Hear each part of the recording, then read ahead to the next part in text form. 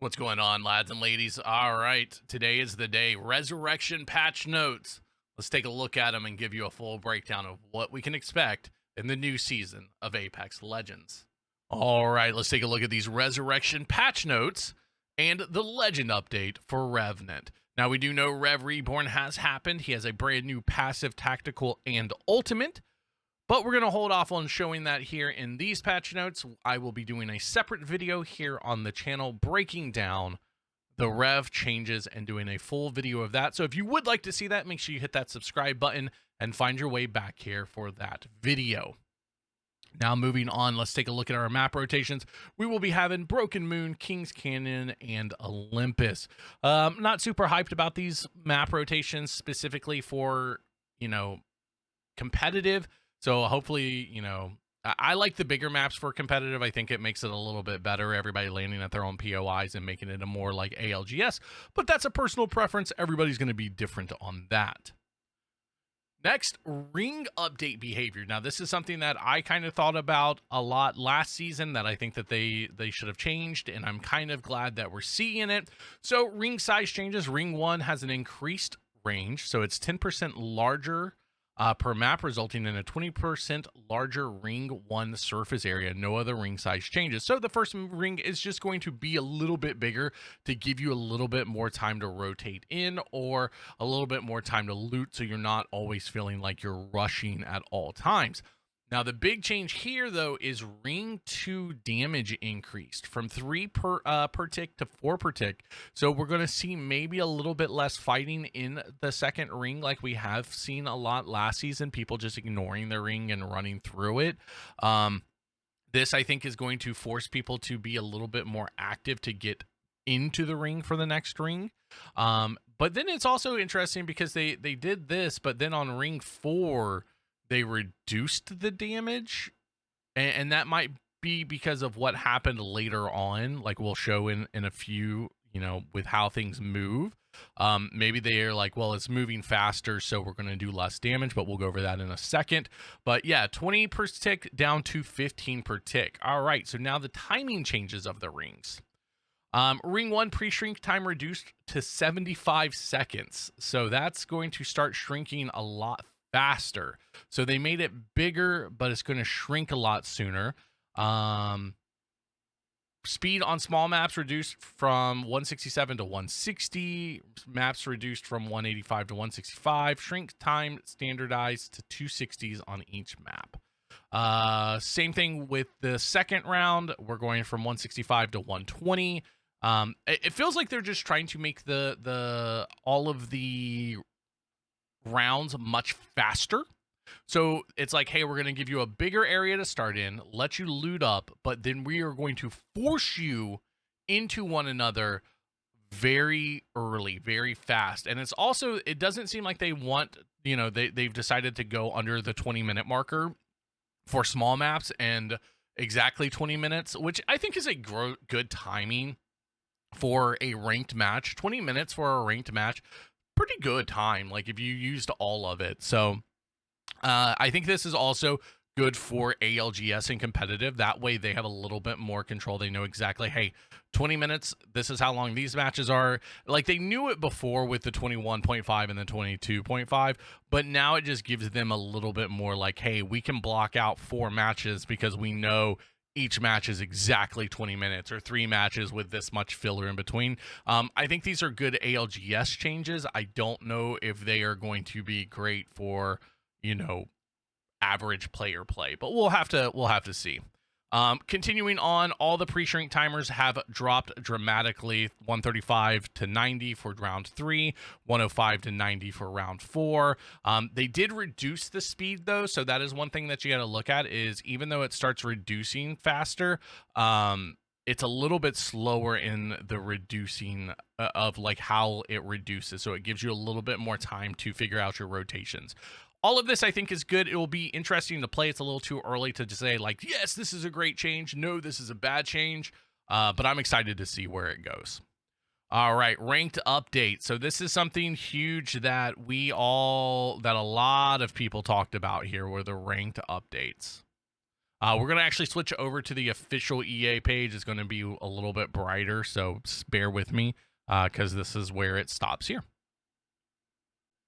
All right, we are on the official EA Apex page. I really wish that they would give us a dark mode, but they still like blinding everybody on their screens for some reason at EA.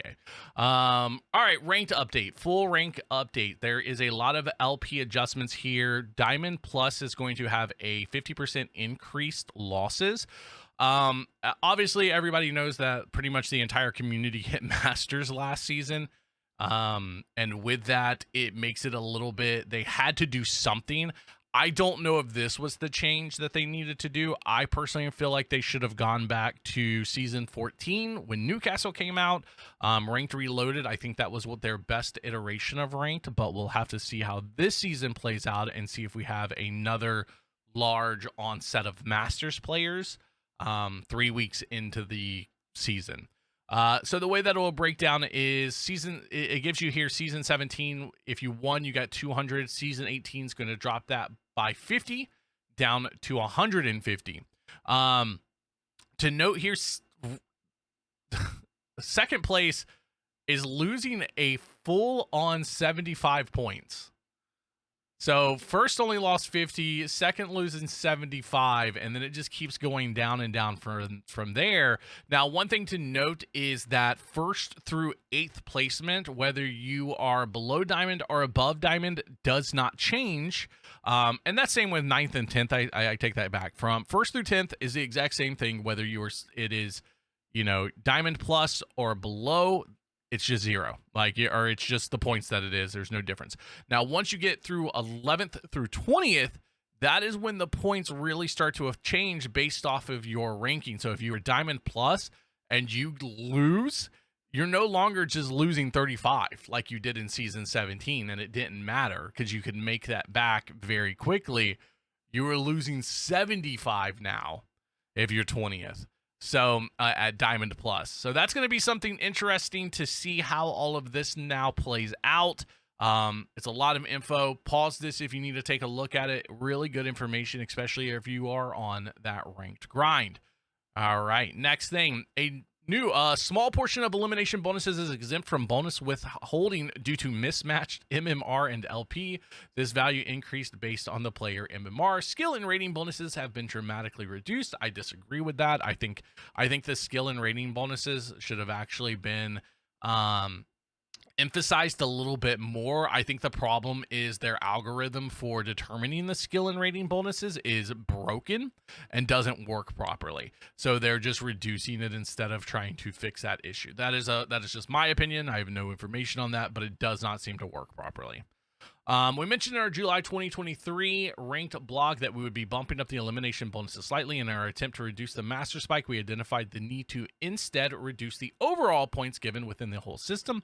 Instead of bumping as planned, we took a different approach and reduced placement score to make eliminations more valuable when compared to the now lowered placement score. I don't know if this was the right way to go about it. They needed to do something. Only time will tell. I'm indifferent to it. Like we'll see what happens. It is all about what happens with the community. If we have an exorbitant amount of Masters players again, we know the system's still not working. My problem is that we keep doing these giant changes to ranked, and we have to wait an entire season for another change, and it just makes the seasons bad if the ranked system's broken. So I really wish they would buckle down on these ranked system changes and really figure out a system that works. All right, now this is the big stuff, the balance updates and changes. Now, this is something I was really excited about, specifically the armor. So last patch, they had actually kind of leaked that this was happening, even though it wasn't applied. We had seen some screenshots of it, but now it seems that they have fully implemented it, and that is the armor changes. White to blue Evo points required increased to 200, was 150. So that means no more Evoing your armor at crafters on the first craft. So that's going to be a huge change. I love this change. I think this is an amazing change. I I thought that there was too many high tier armors already in the game, and people weren't working enough to get their high tier armors. It was too easy for them to get them. So I think this is a great change. Crafted Evo points increased to 200. Fixed overflow damage on level up applies to the next tier. All right, crafting rotations. Rampage and R99 leave the crafter and are back on the floor. Nemesis and Mozambique with hammer points rounds enter the crafter. I'm very happy to see the Nemesis in the crafter. I kind of wish that they would have nerfed that gun. I think that's why they put it into the crafter, so it would give them a little bit of time to work on it.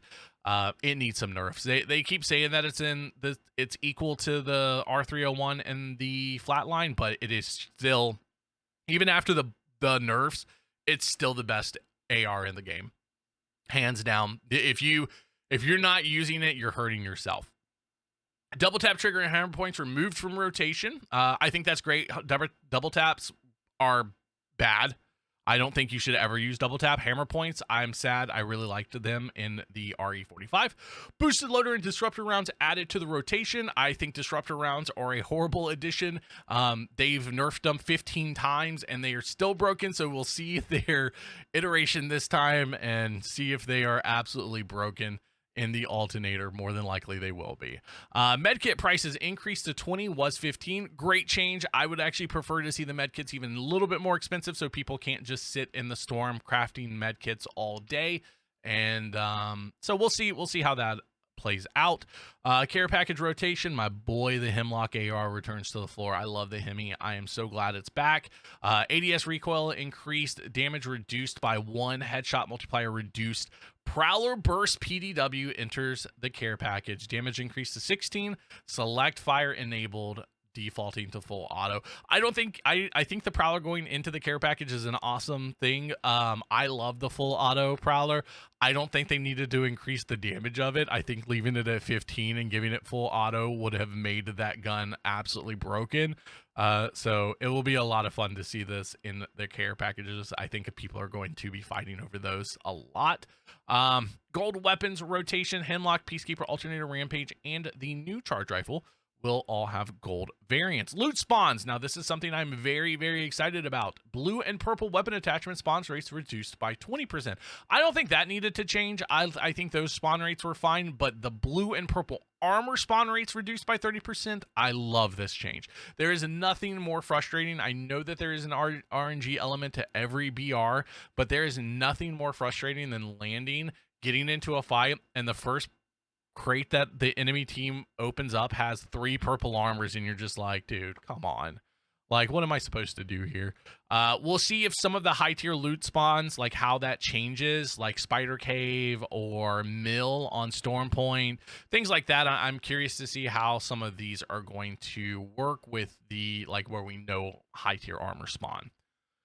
Weapon changes. All right. Something a lot of pros, a lot of high level players. I mean, I think the community across the board really wanted was the charge rifle rework. It has been the bane of our existence for multiple seasons now. So let's take a look. New ballistic and projectile removed hit scan, which means no more of that little, you cannot just point it at somebody and hit them and trace them. Removed pre-fire laser, so no more free damage even if you miss your charged shot.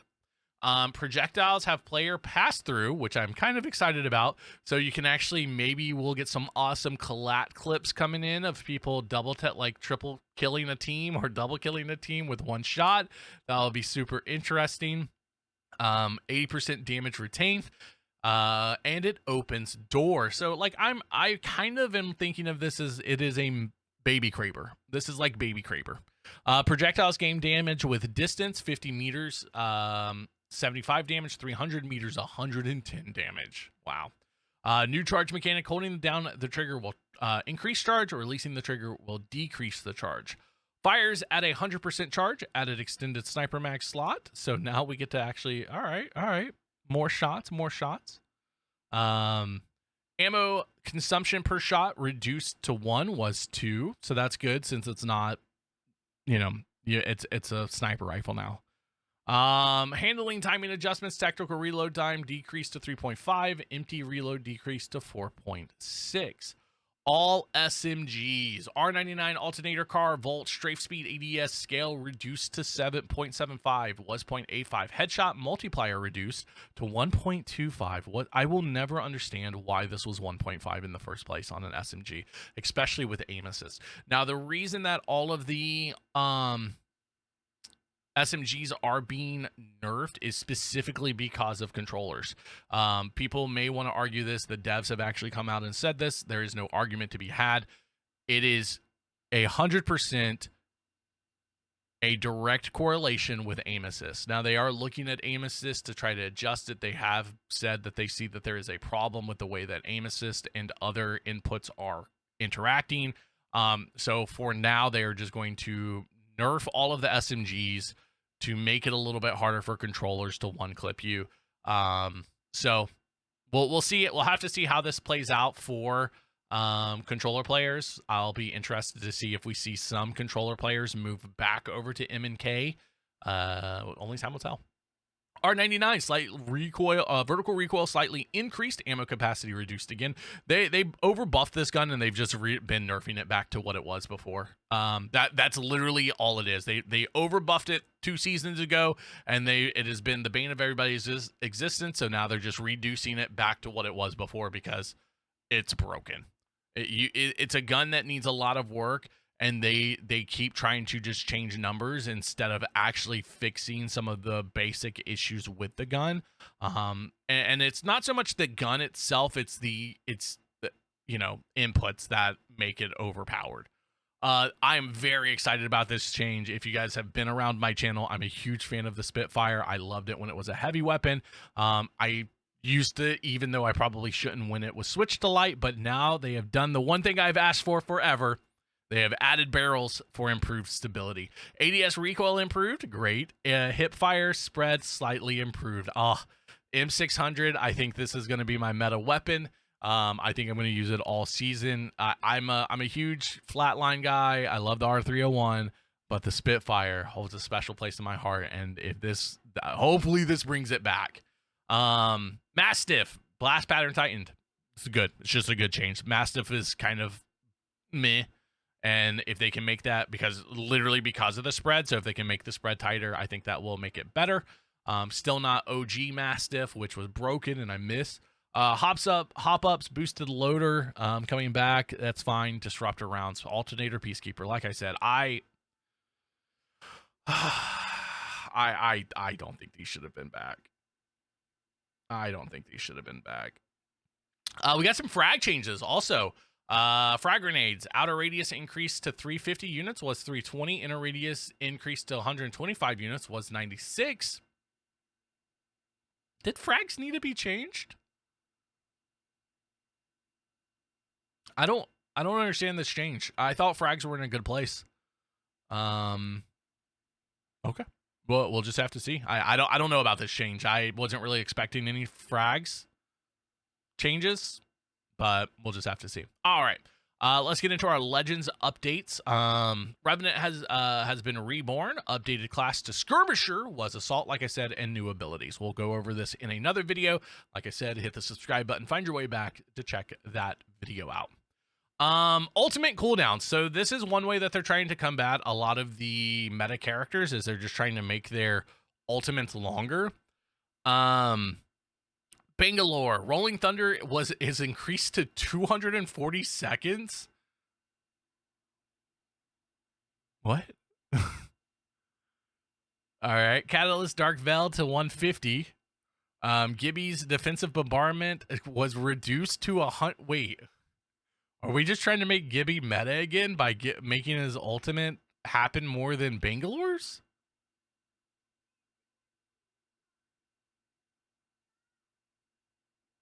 Wait.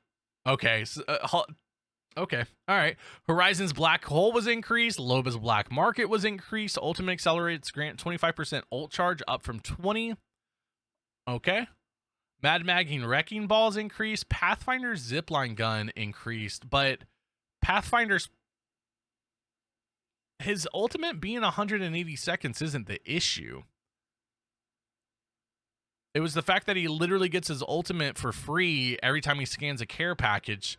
So I don't understand the Pathfinder change. Maybe somebody can leave a comment below about what I might be missing with this change, but you get your zip line a little bit later, the first one, but then you just fire it and get the care package and get it back and then fire it. I don't understand this change. Dimensional Rift going down to 180, I think that's fine. A little bit. I could see some issues coming with it, but we'll have to see. Tacticals, Ballistic Whistler reduced delay before an overheated weapon starts cooling down to 1 second was 2. Reduced how long it takes an overheated weapon to cool down to 8 seconds was 12. I didn't realize it was that long. Those are fine changes. I don't think Ballistic's in any, like, I think he's good. I don't think he's great by any means or meta breaking, so these changes are interesting. I don't think that they were really causing any issues, but all right. Loba's Burglar Best Friend cooldown reduced to 25 seconds was 30 seconds. That's a fine change. Seer's Focus of Attention. Now, these are great changes. Slow duration reduced to 0.5 was 2 point. That slow duration, like the fact that they even made it 2.5 seconds to start with was just that was astronomical. It needed to be a second. I think 0.5 seconds is too low. I think a second would have been great. Silence duration reduced to 8 seconds was 10. That's a good change. Firing speed increased to 1.4 seconds. This is just a straight nerf. Like, there's nothing good about this. I don't think the slow duration being dropped to 0.5 seconds is good. I think that's I think it's useless now. 2.5 was way too much, but 0.5 is just too much. They're overcorrecting here. Just make it a second. I think they overcorrected here. Broken Moon added to mixtape, so any of the mixtape stuff you'll be able to find. Removed multiple rat spots, so just trying to move out rat spots. World's Edge, smoothed legend movement. Okay. Crafting system, world systems, crafting workbenches, surveys. This is a really good change. So this is going to make it, especially for ALGS, because people who had POIs or fault for them, they had a much higher chance of getting a ring console, survey beacon, or crafting workbench versus people who couldn't get these. So now we'll see more POIs with these things. I think this is a great ALGS change. I think for the rest of the player base, this doesn't matter. Modes we're not going to really touch on. They just changed some of the control features, which if you like control, great changes. Pause it, take a look at it. Bug fixes, always good stuff. Looks like they, Predator badge no longer fades away on champion screens. Just general bug fixes.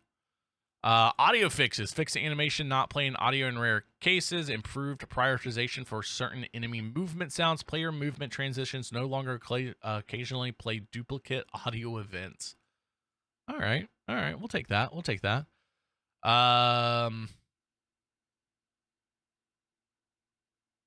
Ballistic Legends changes and bug fixes.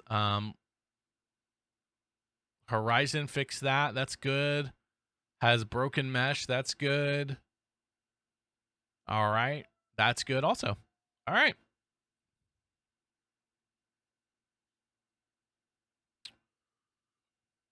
Added building west of the core to minimap. Okay. So there was just a straight up building missing from the minimap. I don't know if you guys noticed that or not. If you did, leave a comment. Let me know. Loot tick now correctly drops loot on production yards. Removed invisible collision above playing field. Indoor props without collusion no longer blocks picking up loot. Okay. Firing mode changes. Weapons. Left most ammo on squad member. Unit frames now represents their currently equipped weapon. L-star low ammo indicator now only applies when ammo is actually low. Fixed high inaccuracy when first shot using ADS.